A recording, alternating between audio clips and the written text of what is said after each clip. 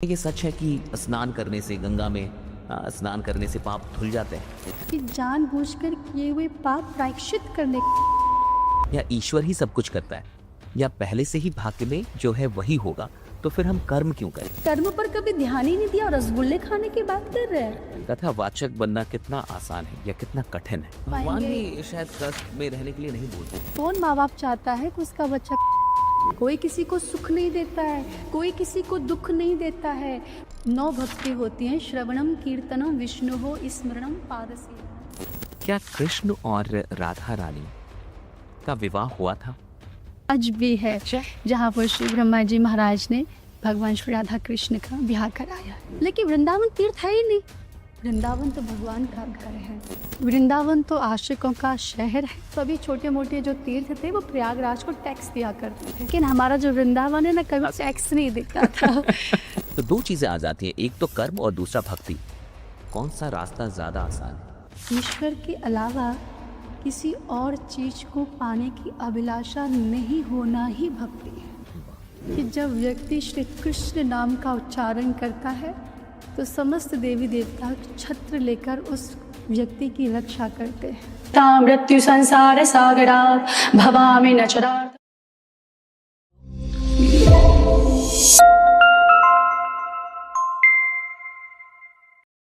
नमस्कार दोस्तों, मैं आशीष कुमार तिवारी स्वागत करता हूं एक बार फिर से आप सबों का एसकेटी पॉडकास्ट पावर्ड बाय स्टेटमेंट में। दोस्तों, आज हमारी स्टूडियो में एक ऐसी शख्सियत मौजूद है जो एक यंग स्पिरिचुअल ऑरेटर है, कथावाचिका है, और जिन्हें अपने कथा वाचन के लिए ब्रिटिश पार्लियामेंट में 2024 में सम्मानित भी किया गया है। आज वो अपनी सरल शैली के लिए जानी जाती है, कथाओं को और उनके मर्म को सरल शब्दों में समझाने के लिए जानी जाती है। उन्हें लाखों लोग सोशल मीडिया पे फॉलो कर रहे हैं और उनकी कथाओं को सुनने के लिए भी बहुत सारे लोग आते हैं।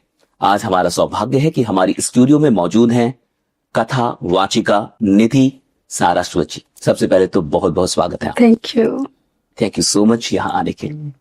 तो आज हम लोग बहुत सारी बातें करने वाले हैं आपसे, धर्म के बारे में, कथा के बारे में और जीवन के बारे में। इससे पहले कि हम लोग अपने ऑडियंस को आपकी कहानी बताएं और ये जाने कि आप कैसे कथावाचिका बनी, उससे पहले आपसे एक छोटा सा सवाल है कि ईश्वर को मानने वाले लोग और ईश्वर को ना मानने वाले लोगों में क्या अंतर है?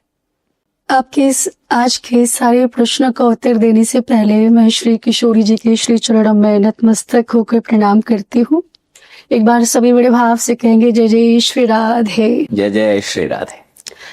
बहुत अच्छा प्रश्न है कि ऐसे बहुत से लोग हैं जो ईश्वर को नहीं मानते, और कुछ लोग ऐसे हैं जिनके जीवन का सर्वस्व ही ईश्वर है ना, जिनका सुबह शाम रात दिन सब कुछ ईश्वर है। कुछ लोग ऐसे भी हैं जो कि ईश्वर को नहीं मानते। एक बार अर्जुन ने भगवान श्री कृष्ण से एक प्रश्न किया, प्रभु हम आपकी कथा क्यों सुने? क्या बात है ना, हम आपकी कथा क्यों कहें? आपकी कथा सुनने से क्या हो जाता है? आपकी कथा कहने से क्या हो जाएगा? 3 घंटे की कथा होती है एक दिन में। तो जो भी श्रोता आता है वो 3 घंटे अपना समय निकालता है, कथा सुनता। तो अर्जुन कह रहे हैं कि जो व्यक्ति 3 घंटे मन लगाकर अपनी कथा सुन रहा है, उसके जीवन में उसका ऐसा क्या मिल जाता है जो कथा नहीं सुन रहा है उसको नहीं मिलता। क्या बात है ना? जो कथा सुन रहा है और जो कथा कह रहा है वो मरता है, शरीर नासवान है, छोड़ के जाना पड़ेगा। और जो कथा नहीं सुनता है वो भी मरेगा। सही बात। तो कथा सुनने के बाद भी मरना पड़ रहा है, ईश्वर को मानने के बाद भी मरना पड़ रहा है, और जो ईश्वर को नहीं मान रहे या उनकी कथा नहीं सुन रहे वो भी मरते हैं। दोनों में अंतर क्या है? क्या? भगवान ने कहा, अर्जुन तुमने कभी किसी बिल्ली को देखा है? हाँ देखा है, आपने भी देखा होगा बिल्ली को। जब बिल्ली किसी चूहे को देखती है तो क्या करती है? तो वो झपटेगी, उस पे दौड़ कर जाएगी, भागेगी और ना अपना बड़ा सा मुंह खोलेगी और उसको मुंह में पकड़कर मारकर खा जाएगी। यही करती है। बिल्कुल। लेकिन वही बिल्ली जब चूहे के पास अपने छोटे से अपने बच्चे को देखती है तो क्या करती है? क्या उसे भी मार के खा जाती है? नहीं।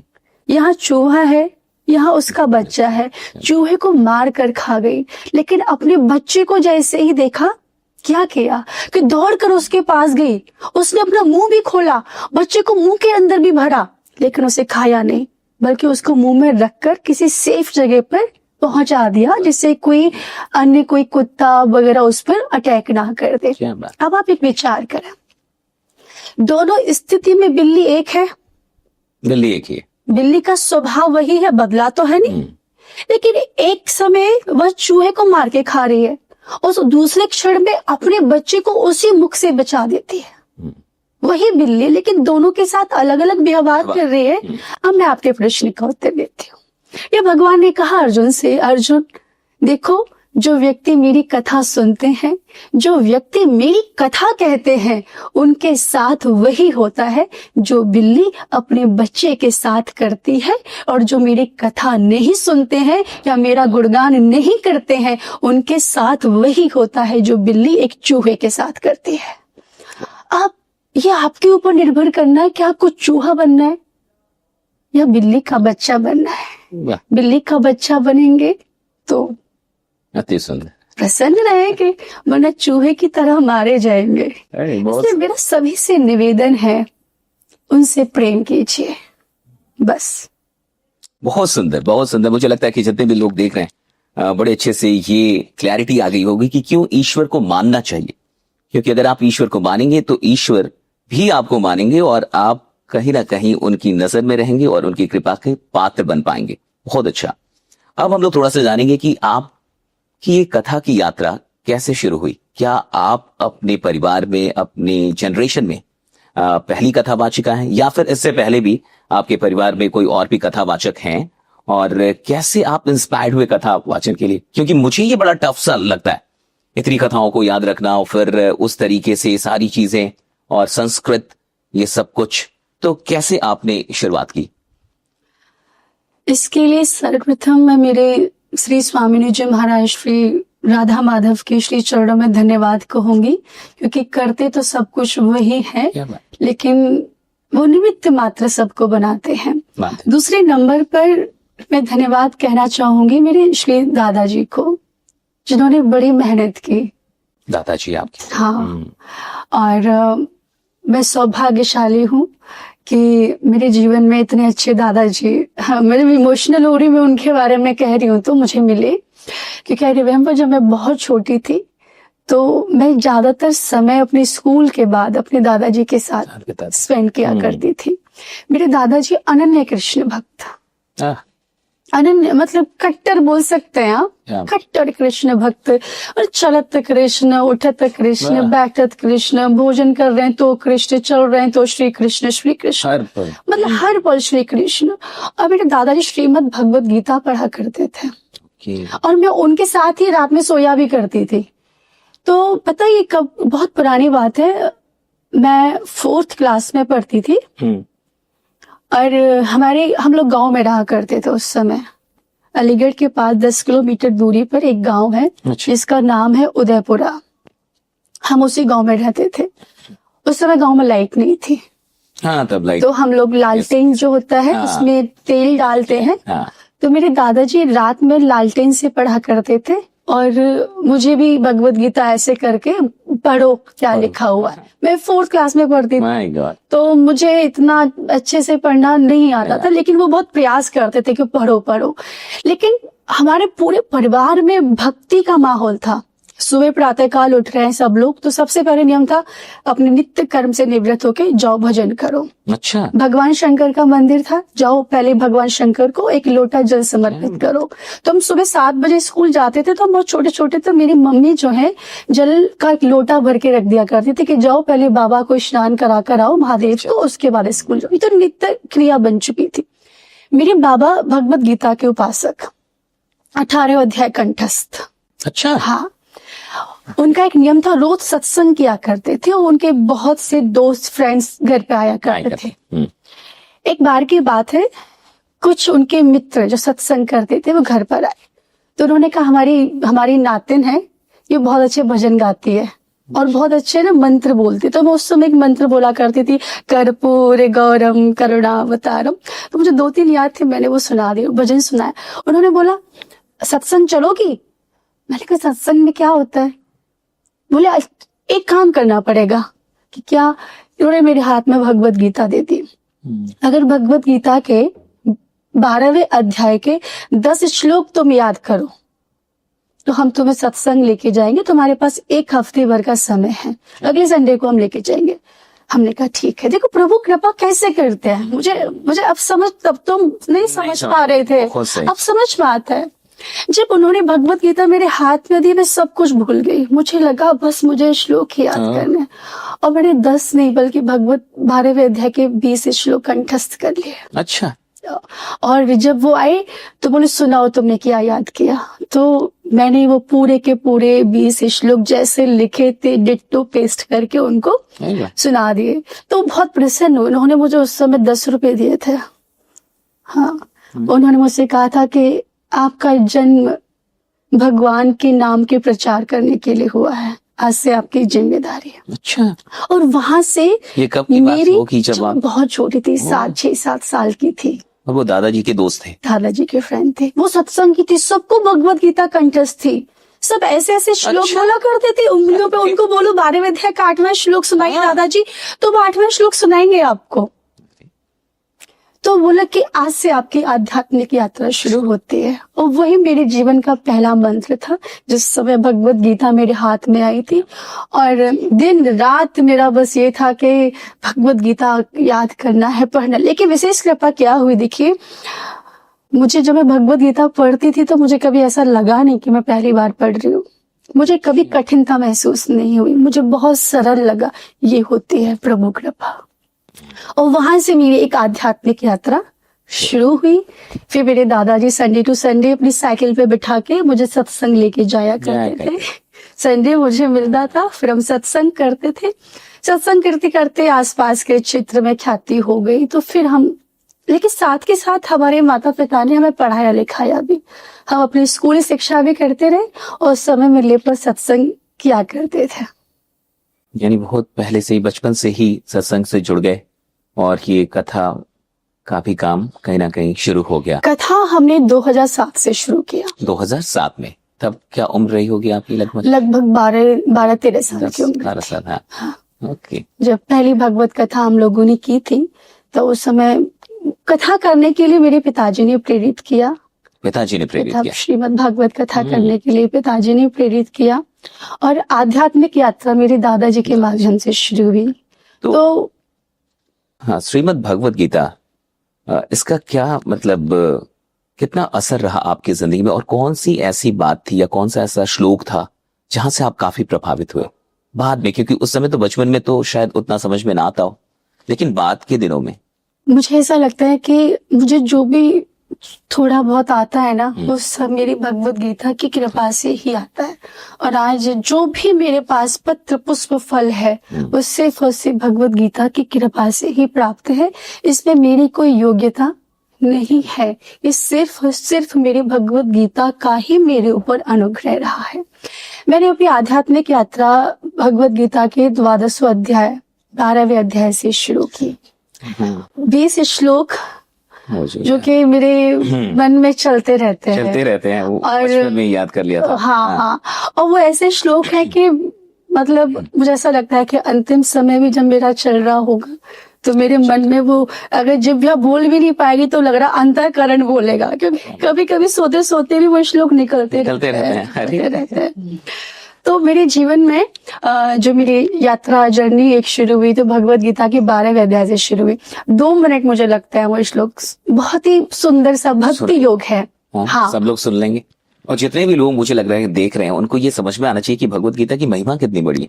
जी, कि आप सब कुछ सारा श्रेय भगवत गीता को दे रहे हैं। तो मुझे लगता है कि केवल एक इंसान अगर सिर्फ पढ़ना भी शुरू कर दे तो बहुत कुछ उसके जीवन में बदल जाए।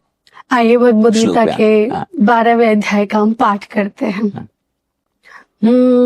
अर्जुन उवाच एवं सतत युक्ता ये भक्ता स्वां परिपासते ये चाप्यक्षरं व्यक्तं तेषां के योगवित्तमा। श्री भगवान वाच मय्याविश्य मनो ये मां नित्ययुक्ता उपासते श्रद्धया पर्युपेतास्ते मयुक्ततमा मता। ये त्वक्षरं निर्देशं व्यक्तं परिपासते सर्वत्रगं चिन्त्यं च कूटस्थमश्लं ध्रुवं सन्नियम्येन्द्रग्रामं सर्वत्र सम्बुद्धय ते प्राप्नुवन्ति मामेव सर्वभूते ते रता क्लेशो अधिकतरस्तेषां व्यक्तासक्तचेतसाम् अव्यक्ता हि गतिर्दुःखं देहवद्भिर्व्याप्यते ये तु सर्वाणि कर्माणि मयि सन्न्यस्मत्परा अनन्येव योगेन मां ध्यायन्त उपासते तेषामहं समुद्धर्ता मृत्युसंसारसागरात् भवामि न चरार्थ पार्थ मय्यावेशितचेतसाम् मय्येव मनाधस्त्व मयि बुद्धिं निवेशय निवसिष्यसि मय्येव अत ऊर्ध्वं न संशय अथ चित्तं समाधातुं न शक्नोषि मयि स्थिरम् अभ्यासयोगेन ततो मामिक्षाप्तुं धनञ्जय अभ्यासेऽप्यसमर्थोऽसि मत्करं परमो भव मदर्थमपि कर्माणि कुर्वन् सिद्धिं वापससि अथैतदव्यसक्तोऽसि कर्तुम् मध्योगमाश्रिता सर्वकर्म फलत्यागं ततः कुरु यथात्मवान् श्रेयो हि ज्ञानं व्यासाय ज्ञानाद्धयनं विशिष्यते ध्यानात् कर्म फल त्यागस्त्यागाक्षान्तिरनन्तरम् अद्वेष्टा सर्वभूतानां मैत्र करुण एव च निर्ममो निरङ्कारः समदुःख सुखक्षमी सन्तुष्टः सततं योगी यतात्मा दृढनिश्चय मय्यर्पित मनोबुद्धियो मद्भक्तः स मे प्रियः यस्मानो दुजते लोको लोकानो दुजते चय हर सामर्स्य भय द्वेगे मुक्तो यह सच में प्रिय अनपेक्षा शुचि दर्शौदासीनो गतव्यथा सर्वहारंभ परित्यागी यो मद्भक्त स मे प्रिय यो न हृष्यति न द्वेष्टि न शोक्षति न कांक्षति शुभाशुभ परित्यागी भक्तिमान में स मे प्रिय समः सहस्रोच मित्र चथा मानापमानयो शीतोष्ण सुख दुखेषु समसंग विवर्जिता तुल्य निंदा स्तुत मौनि संतुष्टो येन केनचित् अनिकेता स्थिरमद् भक्तिमान में प्रियो नर ये तु धर्म्यामृतमिदं यथोक्तं पर्युपासते श्रद्धाना मत्परमा भक्तास्ते अतीव मे प्रिया। ओम तत्सदित श्रीमद्भागवत गीता सुपनिषत्सु ब्रह्म विद्यायां योग शास्त्रे श्री कृष्णार्जुन संवादे 12वां अध्यायः। अद्भुत, क्या बात, माय गॉड, एक साथ पूरे के पूरे श्लोक, पूरी यानी ये 12 जो चैप्टर है वो पूरा समाप्त। तो ये उस समय से जो याद है अभी तक, अद्भुत। बहुत सारे लोग यहाँ देख रहे होंगे, मीनिंग तो मुझे भी नहीं पता चल रहा, लेकिन मैंने हाल फिलहाल में भगवत गीता पढ़नी शुरू की। अभी मैं 18वें अध्याय पे आ गया हूं, तो मैं पढ़ नहीं पा रहा था। मैं जिंदगी में बहुत सोचता था कि मैं भगवत गीता पढ़ूंगा, लेकिन काफी कोशिश करने के बाद भी मैं नहीं पढ़ पा रहा था। तो फिर मैंने एक दिन संकल्प लिया कि जब तक भगवत गीता पढ़ूंगा नहीं तब तक खाऊंगा नहीं। तो फिर मैं रोज जप करता था और उसी समय गीता पढ़ना शुरू कर दिया। ये हाल फिलहाल की बात है। अब मैं 18वें अध्याय में। प्रत्येक प्राणी मात्र को भगवत गीता पढ़नी चाहिए, पढ़नी ही चाहिए। सारे प्रश्नों का उत्तर वहां है, सारे संशयों का, आपका जितने भी डाउट्स है, जितने भी संशय, सब खत्म हो जाएंगे। पढ़ना शुरू कीजिए। 12वें अध्याय में ये जो सारे श्लोक, भक्ति उसमें योग। कोई, अच्छा ये भक्ति योग, भक्ति योग, इसमें सारे श्लोक, ऐसा हम एक चूज नहीं कर सकते कौन सा ज्यादा अच्छा है, लेकिन फिर भी है। एक होता है सारे प्रिय है, एक होता अतिशय प्रिय है ना। हाँ। तो एक श्लोक जो मेरा सबसे प्रिय वो है, भगवान ने कहा 12वें अध्याय का ये 8वां श्लोक है। भगवान कह रहे हैं, मय्येव मन आधस्त्व मयि बुद्धिं निवेशय निवसिष्यसि मय्येव अत ऊर्ध्वं न संशयः। भगवान कह रहे हैं, मय्येव मन आधस्त्व, तेरे पास मन है, तू अपने मन को मुझ में लगा। मयि बुद्धिं निवेशय, तेरे पास बुद्धि भी है, तो अपनी बुद्धि को भी मुझ में लगा, है ना। फिर के निवसिष्यसि मय्येव अत ऊर्ध्वं न संशय, और हे अर्जुन, अगर तू ऐसा करेगा तो तू मुझ में ही निवास करेगा, इसमें कुछ भी संशय नहीं है। इसलिए अपने मन को, अपनी बुद्धि को भगवान को समर्पित कर दीजिए। मन कंट्रोल नहीं हो पाता। कई लोग ऐसा चाहते हैं, हाँ। लेकिन उनका मन नियंत्रित नहीं हो पाता। वो अच्छी चीजों के बारे में सोचना चाहते हैं, करना चाहते हैं, लेकिन बार बार मन जो है वो उनको बुरी चीजों में लेके चला जाता है। और अभी जो पूरा सोशल मीडिया का दौर है, ये जो एक इतना डिस्ट्रैक्शन वाला दौर है, उसमें तो मन को कंट्रोल करना मुझे लगता है और मुश्किल हो गया है। पहले जब सोशल मीडिया नहीं थे या फिर टेक्नोलॉजी इतनी अधिक नहीं थी, तब मुझे लगता है एकाग्र होना, मन को नियंत्रित करना थोड़ा आसान भी था। अब लोग क्या करें जिससे मन नियंत्रित, या फिर गीता में श्री कृष्ण क्या कहते हैं मन को नियंत्रित करने के लिए? जो आपने प्रश्न पूछा है ना, श्री अर्जुन ने भगवान श्री कृष्ण से कहा था, चंचलम ही मनः कृष्ण परमाथि बलवद्रम।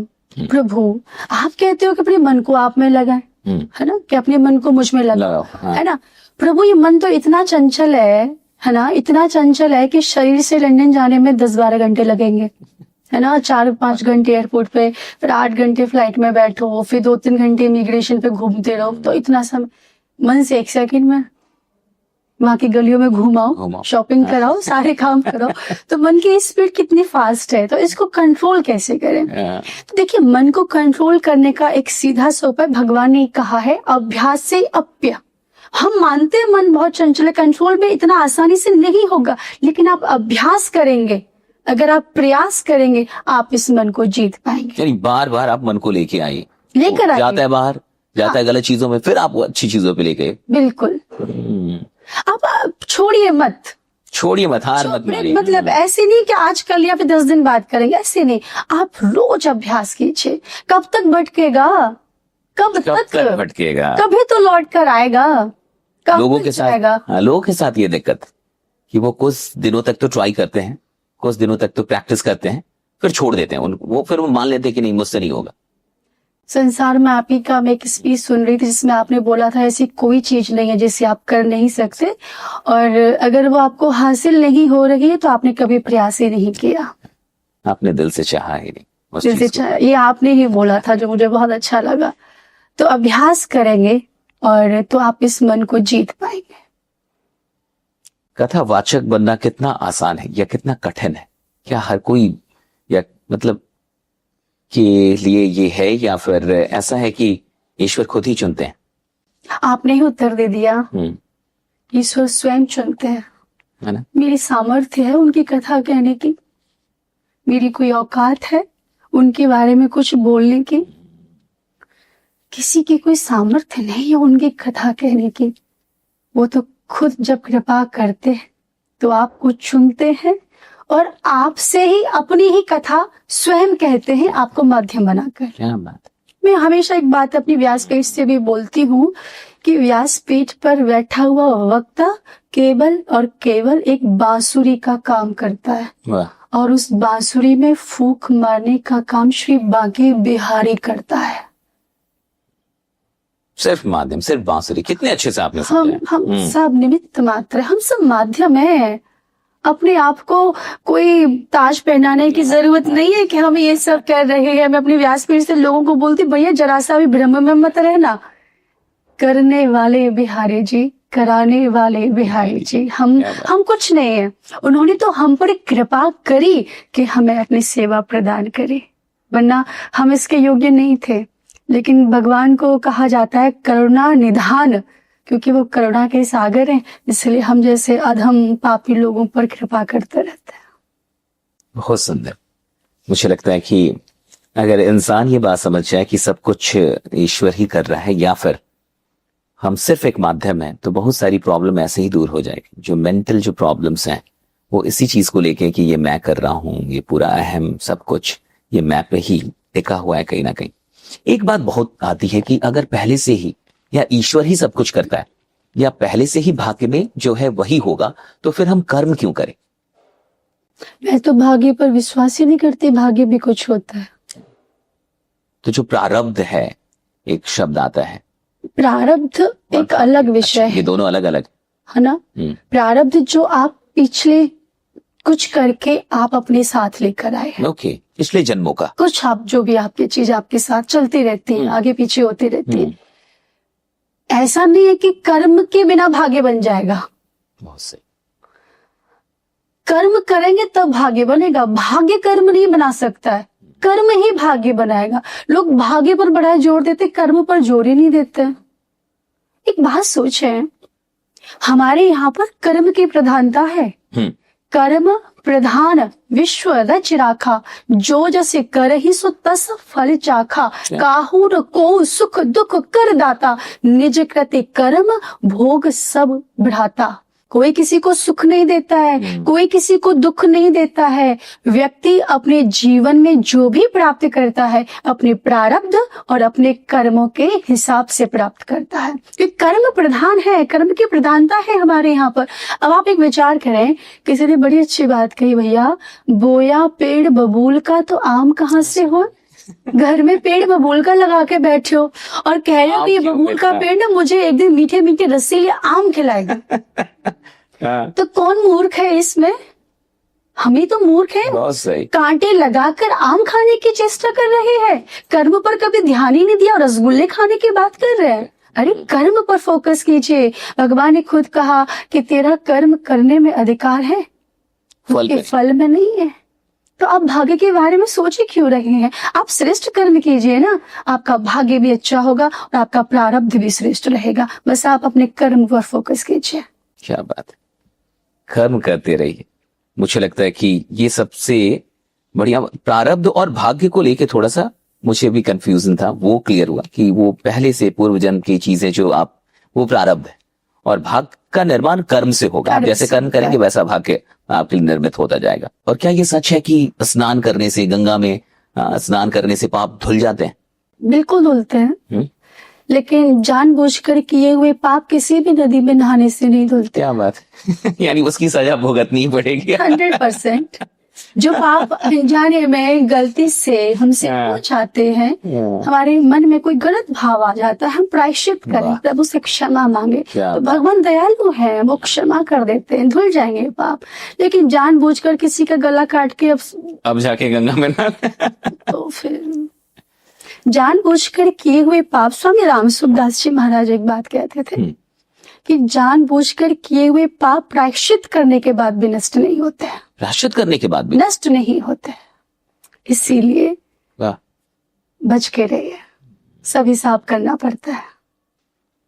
पाप धुलेंगे, लेकिन जो आप जानबूझ के प्लानिंग के साथ करो, चलो डुबकी लगा लेंगे सब धुल जाएगा, तो ये गलतफहमी में मत रहिएगा। अच्छा, इसमें भी भाव बहुत इंपॉर्टेंट है कि आदमी किस भाव से जा रहा है, किस भाव से स्नान कर रहा है या डुबकी लगा रहा है। तो दो चीजें आ जाती हैं, एक तो कर्म और दूसरा भक्ति। कौन सा मार्ग ज्यादा सरल है या फिर आपको क्या लगता है कौन सा रास्ता ज्यादा आसान है? आप भक्ति के साथ कर्म कीजिए ना। क्या बात, भक्ति पूर्वक कर्म कीजिए। आप बिना भक्ति के कर्म करेंगे तो हो सकता है कुछ आपसे गलत हो जाए, लेकिन अगर भक्ति पूर्वक कर्म करेंगे, क्या है आप जीवन में भक्ति? सरल शब्दों में प्रश्न है। ईश्वर के अलावा किसी और चीज को पाने की अभिलाषा नहीं होना ही भक्ति है। वाह, अद्भुत। श्रीमद् भागवत पुराण से आपकी कोई जो फेवरेट, सबसे प्रिय कोई कथा? ऐसे तो बहुत है, क्योंकि कथा की बात चल रही है तो थोड़ा कथा लोग यहाँ सुन भी ले। एक प्रसंग मुझे बहुत अच्छा लगता है जिसमें कि आपने महाभारत के युद्ध के समय एक संकल्प लिया था, एक प्रतिज्ञा की थी कि मैं महाभारत के युद्ध में शस्त्र नहीं उठाऊंगा। शस्त्र नहीं उठाऊंगा। हाँ, तो जब पितामह भीष्म कौरवों के सेनापति बने तो पितामह भीष्म ने भी एक प्रतिज्ञा करी कि आज जो हर ही शस्त्र न धराऊं तो मैं गंगा जननी को सांत्वनु सुत न कहूं। अगर आज मेरे द्वारकाधीश भगवान श्री कृष्ण के हाथों शस्त्र नहीं उठवा दिया तो मैं गंगा पुत्र भीष्म नहीं कहूं। कैसी भीष्म प्रतिज्ञा हो। जैसे ही भगवान तक पहुंची, भगवान ने कहा कि मेरे भक्त ने प्रतिज्ञा की है। आप देखिए भगवान कितने काइंड है। पितामह भीष्म सामने हैं। आज भगवान श्री कृष्ण अर्जुन के सारथी बनकर रथ पर बैठे हुए हैं। पितामह भीष्म तो सामने से बाणों की बौछार किए जा रहे हैं। 4-5 बार भगवान घोड़े के लगाए, 4-5 अर्जुन के लगाए। भगवान ने कहा अरे अर्जुन कुछ करो, ये पितामह भीष्म तो बाण पर बाण मारे जा रहे हैं। अर्जुन ने कहा मेरी सामर्थ्य नहीं है, मैंने पहले कहा था ये पितामह है महाराज, मेरा मुकुट गिरने वाला है, मेरा बाजू बंद टूट गया, मेरा कवच टूटने वाला है, प्रभु मेरे बस की बात नहीं है। अच्छा, पितामह भीष्म रुकने का नाम नहीं ले रहे। 4-5 वाट तो उन्होंने भगवान के चरणों में भी लगाए। जब पितामह भीष्म बाणों पर बाण चलाते रहे तो भगवान ने कहा अरे ये पितामह तो मेरे अर्जुन को मार ही डालेंगे। तुरंत भगवान रथ से नीचे कूद गए। थोड़ी सी दूरी पर रथ का एक टूटा हुआ पहिया पड़ा था। आज मेरे गोविंद ने रथ का पहिया उठा लिया और आज उस पहिए को लेकर आज पितामह भीष्म को मारने के लिए भगवान दौड़े हैं। अगर परमात्मा अपनी प्रतिज्ञा तोड़ दे तो पृथ्वी में प्रलय भी आ सकती है। भगवान का उत्तरीय वस्त्र नीचे गिरा और जैसे ही भगवान नीचे उठे, भगवान ने पृथ्वी देवी से कहा, अरे देवी परेशान मत होइए, मैं अपने भक्त की प्रतिज्ञा को सत्य साबित करने के लिए अपनी प्रतिज्ञा तोड़ रहा हूँ, आप परेशान मत होइए। पितामह भीष्म कहते, मेरे गोपाल, आप ना अपनी बात खराब कर सकते हो, लेकिन अपने दास की बात कभी खराब नहीं कर सकते। आप जिस समय महाभारत के युद्ध में रथ का पहिया लेकर मुझे मारने के लिए दौड़ रहे थे ना, वह झांकी ऐसी थी जैसे एक शेर एक हाथी को मारने के लिए दौड़ रहा हो। हे गोविंद, मैं आपको बारंबार प्रणाम करता हूँ, वह झांकी मेरे हृदय में हमेशा हमेशा के लिए बस जाए। आप कितने दयालु हैं कि मेरी प्रतिज्ञा को सत्य करने के लिए आपने अपने बारे में एक बार नहीं सोचा, अपनी प्रतिज्ञा को तोड़ दिया। He is very kind. इतने दयालु हैं, बहुत दयालु है। भक्त मेरी लाज भले ही जाए पर मेरी भक्त की लाज न जाने पाए। ये है भगवान श्री कृष्ण, ये है गोविंद। कौन होते हैं भगवान को प्रिय? कैसे हो जाते हैं लोग भगवान को प्रिय? वो लोग कौन होते हैं जिनको भगवान सच में प्रेम करने लगे? एक माँ के 5 बच्चे हैं।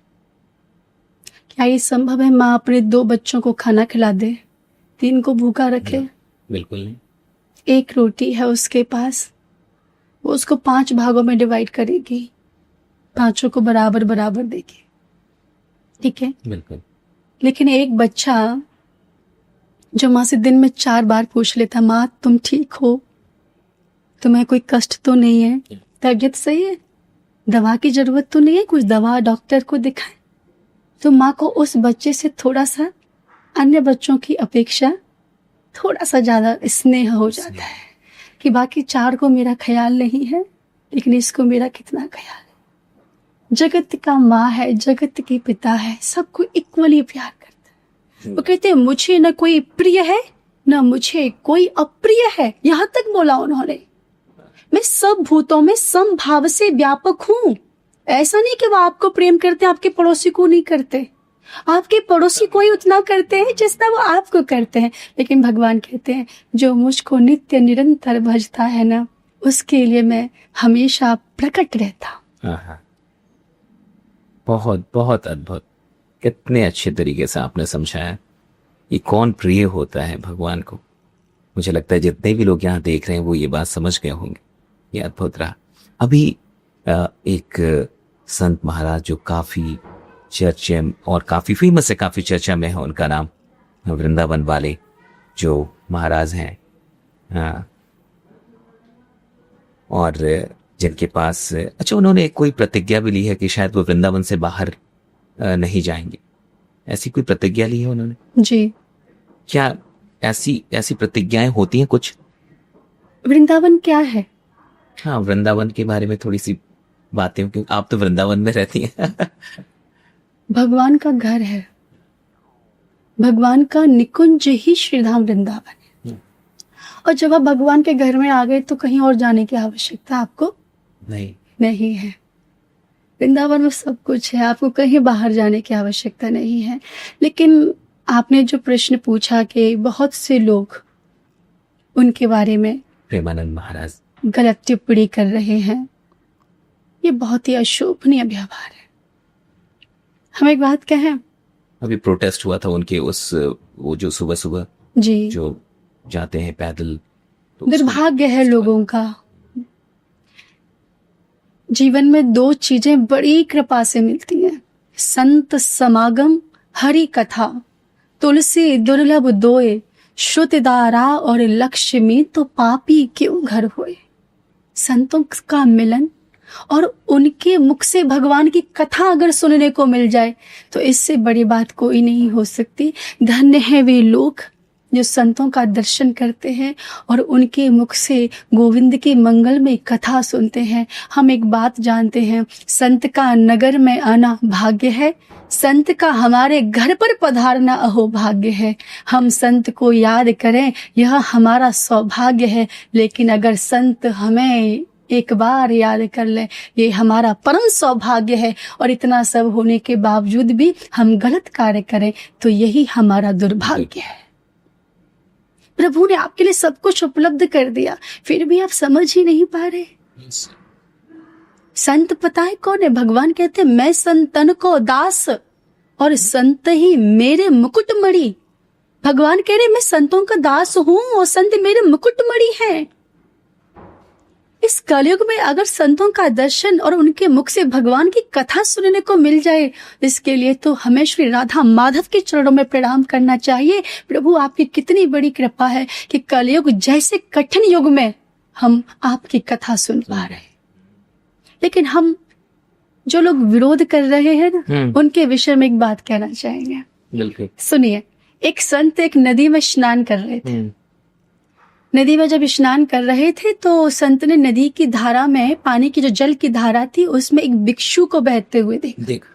संत करुणावान होते हैं, दयालु होते हैं, तो संत का हृदय पिघल गया कि अगर मैंने इस बिच्छू को नहीं बचाया तो ये बिच्छू मर जाएगा। संत अपना स्नान छोड़कर आए और बिच्छू को बचाने के लिए बीच नदी में गए और संत ने बिच्छू को अपनी हथेली पे ले लिया। अब हथेली पे जैसे ही बिच्छू को लिया, बिच्छू ने संत के हाथ में डंक मार दिया। संत का हाथ एकदम नीला पड़ गया और पुनः नदी की धारा में फिर चला गया।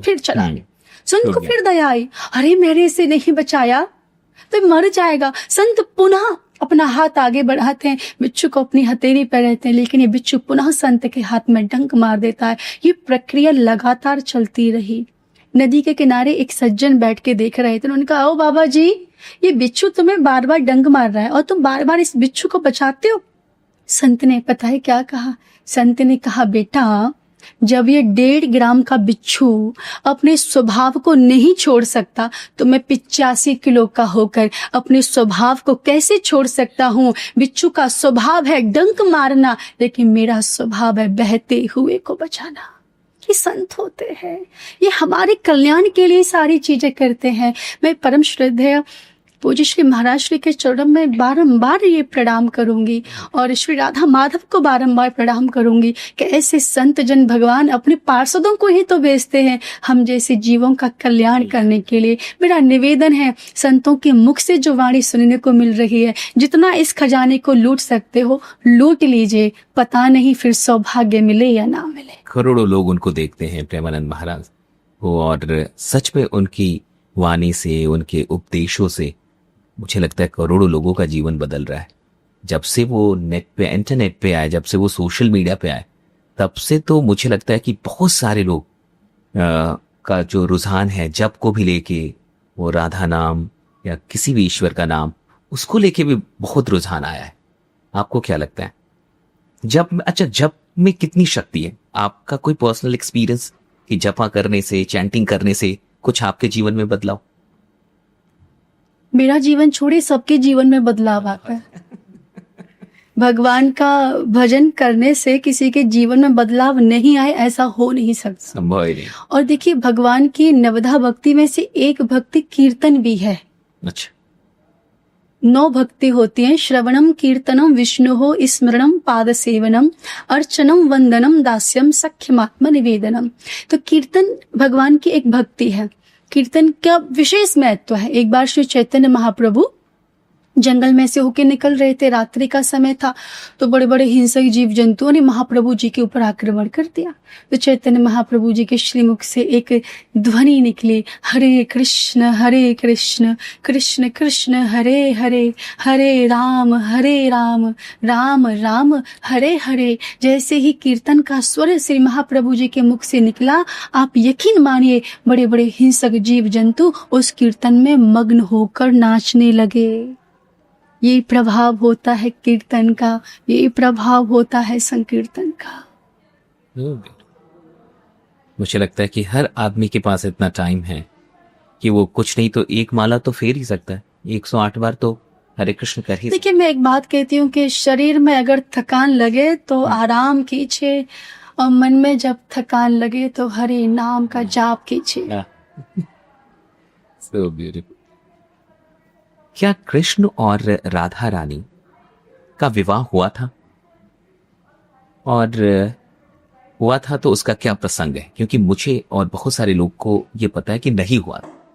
मेरा आपसे एक प्रश्न है।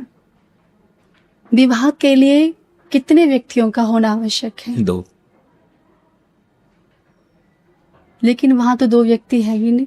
विवाह 2 लोगों का होता है ना, पर वहां तो 2 है ही नहीं, कृष्ण और राधा एक ही है। हाँ। भगवान श्री कृष्ण ने श्री प्रिया जी से कहा, प्रिया जी हम ब्याह करते हैं। तो प्रिया जी ने कहा, ब्याह के लिए 2 लोगों का होना आवश्यक है। तो प्रिया जी चारों तरफ देखने लगी, ये दूसरा कहाँ है, दूसरा कहाँ है? ठाकुर जी ने कहा, हम दोनों करेंगे। तो प्रिया जी हंस कर कहने लगे, अरे गोविंद, हम दोनों तो एक हैं। लेकिन भगवान जब जिद करने लगे तो प्रिया जी ने कहा, ठीक है, मेरे प्रियतम की इच्छा ही मेरी इच्छा है, आप जैसा चाहेंगे हम वही करेंगे। तो वृंदावन में भांडीर वट, वृंदावन के पास थोड़ी सी दूरी पे एक जगह भांडीर वट, वहां पर श्री राधा कृष्ण जी का विवाह हुआ। और स्वयं श्री ब्रह्मा जी महाराज ने भगवान श्री राधा कृष्ण का ब्याह कराया। और वो जगह आज भी है जहाँ आज पर भी है? आज भी है, अच्छा। जहाँ पर श्री ब्रह्मा जी महाराज ने भगवान श्री राधा कृष्ण का ब्याह कराया। तो वैसे तो वो दोनों एक हैं, उन दोनों में कोई भेद नहीं है, भेद ही नहीं। राधा कृष्ण है और कृष्ण ही राधा है। बड़ा लेकिन सवाल फिर उठता है कि फिर राधा रानी सच में कौन, ये है कौन? हाँ, राधा, क्योंकि कृष्ण भी इनके बिना अधूरे हैं, ऐसा माना जाता है। राधा ब्रह्म की अहिलादनी शक्ति का नाम है श्री राधा। ब्रह्म कौन है? कृष्ण। कृष्ण की अहिलादनी शक्ति है श्री राधा। और आप तो जानते हैं, शक्ति के बिना शक्तिमान किस काम का हाँ, है ना? क्या बात। भगवान का एक नाम तो आपने सुना होगा, आत्माराम। जो आत्मा में रमन करता है वो आत्माराम है। तो उस ब्रह्म की आत्मा कौन है? उस ब्रह्म की आत्मा का नाम है श्री राधा। या फिर आप ये समझ लीजिए कि ब्रह्म के प्रेम ने ही श्री राधा रानी के रूप में आकार ले लिया। श्री किशोरी जी के बारे में कहने की मेरी सामर्थ्य नहीं है, न ही मेरी योग्यता है। मुझे बस इतना पता है कि जब व्यक्ति श्री कृष्ण नाम का उच्चारण करता है तो समस्त देवी देवता छत्र लेकर उस व्यक्ति की रक्षा करते हैं। वह व्यक्ति कृष्ण नाम का उच्चारण करता है। लेकिन जब कोई व्यक्ति श्री राधा नाम का उच्चारण करता है तो स्वयं श्री कृष्ण छत्र लेकर उस व्यक्ति की रक्षा करते हैं। ये है राधा। भगवान कहते हैं, जब कोई राधा का राह बोलता है ना, मैं उसके पीछे पीछे दौड़ता हूँ, और जैसे ही धा बोलता है ना, मैं उस व्यक्ति का होके रह जाता हूँ, क्योंकि इसने मेरी स्वामिनी का नाम लिया है। अगर कोई ब्रह्म की भी ब्रह्म है, अगर कोई भगवान की भी भगवान है, उनका नाम है श्रीमती राधा रानी। जिसकी ब्रह्म भी पूजा करे, जिसकी श्री कृष्ण भी पूजा करे, उनका नाम है श्री राधा रानी। और उनके बारे में कहने के किसी की कोई सामर्थ्य नहीं है। हम एक ही बात कहते हैं, राधा मेरी स्वामिनी, मैं राधे को दास, जन्म जन्म मोहे दीजियो श्री वृंदावन को वास। हम तो उनके दास हैं। और हम बड़े, देखिए, जब आपका स्वामी इतना अच्छा होता है ना तो कितना गर्व महसूस होता है ना। तो सुतीक्ष्ण जी महाराज ने भगवान श्री राम से कहा था कि प्रभु, वैसे अभिमान करना बहुत बुरी चीज है, लेकिन एक अभिमान हर व्यक्ति को करना चाहिए। क्या? अस अभिमान जाहे जन भोरे, मैं सेवक रघुपति पति मोरे। कि मैं मेरे स्वामी श्री रघुपति के चरणों का दास हूँ। इस बात का अभिमान तो प्रत्येक जीव को होना चाहिए। और हमें बहुत अभिमान है कि हम स्वामिनी श्री राधा रानी के श्री चरणों के दास हैं, उनके चरणों की धूली के दास हैं। ये हमारा सौभाग्य है कि स्वामिनी जी ने हमें स्वीकार किया है। क्यों किया है? क्योंकि स्वामिनी जी हमारी बहुत भोरी है, बहुत बहुत सीधी है। उनको नहीं आता है किसी के बुराइयां देखना, उनको नहीं आता किसी के अवगुण देखना। वो तो कहती है, मेरे पास आ गया, अब ये मेरा हो गया, और एक सेकंड में अपना लेती है। उनके जैसा तो कोई हो ही नहीं सकता। इसीलिए तो भगवान की भी भगवान है वो। वृंदावन की कितनी महिमा है। और जैसे प्रयागराज है, वृंदावन, तो बड़ा तीर्थ कौन सा है? ऐसा कुछ? हाँ, तीर्थ तो प्रयागराज ही बड़ा है। तीर्थ तो प्रयागराज ही बड़े हैं। वृंदावन तीर्थ नहीं है, वृंदावन भगवान का घर है। वैसे तो प्रयागराज ही सब तीर्थों में बड़े हैं, हाँ, लेकिन वृंदावन तीर्थ है ही नहीं। वृंदावन तो भगवान का घर है। भगवान नारायण ने जब प्रयागराज को तीर्थों का राजा बना दिया, भगवान ने कहा प्रयागराज हम तुम्हें तीर्थों का राजा बना, हाँ, भगवान ने बनाया। तो सभी छोटे मोटे जो तीर्थ थे वो प्रयागराज को टैक्स दिया करते थे। लेकिन हमारा जो वृंदावन है ना, कभी टैक्स नहीं देता था। तो तीर्थराज को बड़ा गुस्सा आया, बोले छोटा सा वृंदावन हमें टैक्स नहीं देता है, हमें भगवान ने इतना बड़ा राजा बनाया तीर्थों का, और छोटा सा वृंदावन हमें टैक्स नहीं दे रहा। तो भगवान नारायण के पास गए, प्रभु जितने आपने मुझे तीर्थों का राजा बनाया, सभी जितने भी तीर्थ है सब मुझे आकर टैक्स देते, लेकिन छोटा सा वृंदावन मुझे टैक्स नहीं देता है। भगवान ने कहा रे पागल, मैंने तुझे केवल तीर्थों का राजा बनाया था, मेरे घर का राजा नहीं बनाया। तो तीर्थों का राजा है, मेरे घर का राजा नहीं है। और साहब वृंदावन तो आशिकों का शहर है, बिल्कुल, सभी आशिक उसमें रहते हैं। और वृंदावन में सवेरा सूरज से नहीं होता, वो तो बाकी बिहारी के दीदार से होता है। जब श्री बिहारी जी का दीदार हो जाता है तो मानो वृंदावन में सवेरा हो गया। So beautiful. मुझे लगता है कि जो लोग वृंदावन अभी तक नहीं गए हैं वो अब चले जाएंगे। हाँ, देखिए ये भी एक मैं आपको एक अच्छी बात बताऊं, वृंदावन में अगर आपको प्रवेश मिल जाए ये आपके गुरु की कृपा है।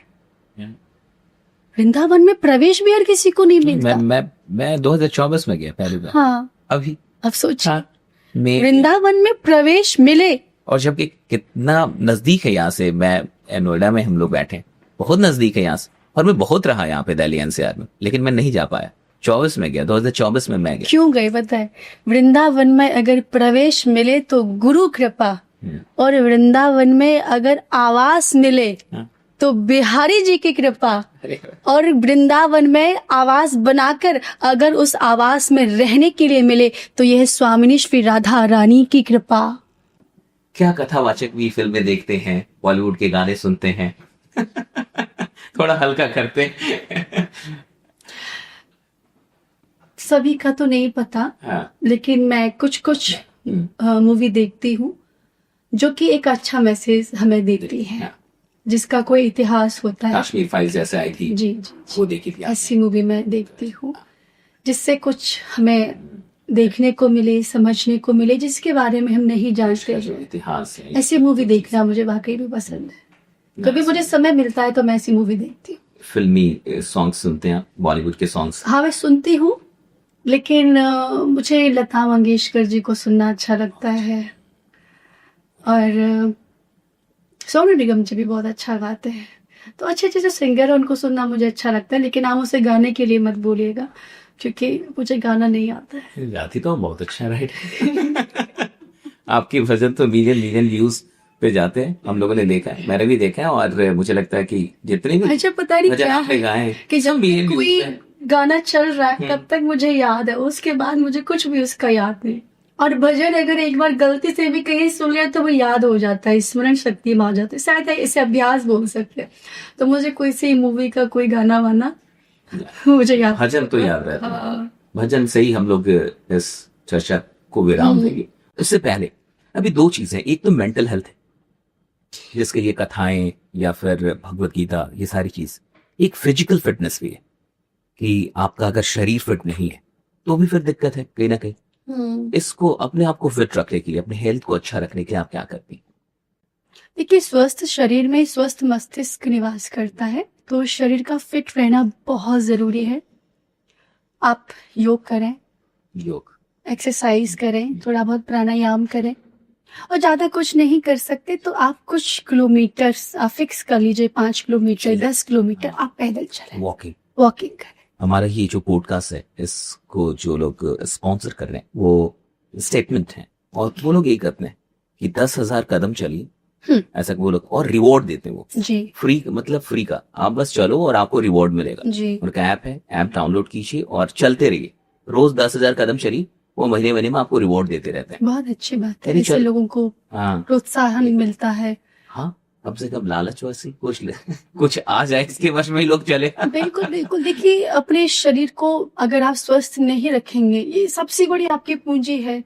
ये स्वस्थ होगा तभी तो आप अच्छे से भजन कर पाएंगे। अगर इसमें रोग आ गया तो भजन भी आप अच्छे से नहीं कर पाएंगे, आसन पर बैठ नहीं भगवान पाएंगे। भी शायद कष्ट में रहने के लिए नहीं बोलते हैं। बिल्कुल भी नहीं नहीं बोलते हैं ना। नहीं नहीं, भगवान को तो अच्छा लग, कौन माँ बाप चाहता है कि उसका बच्चा कष्ट में जिए?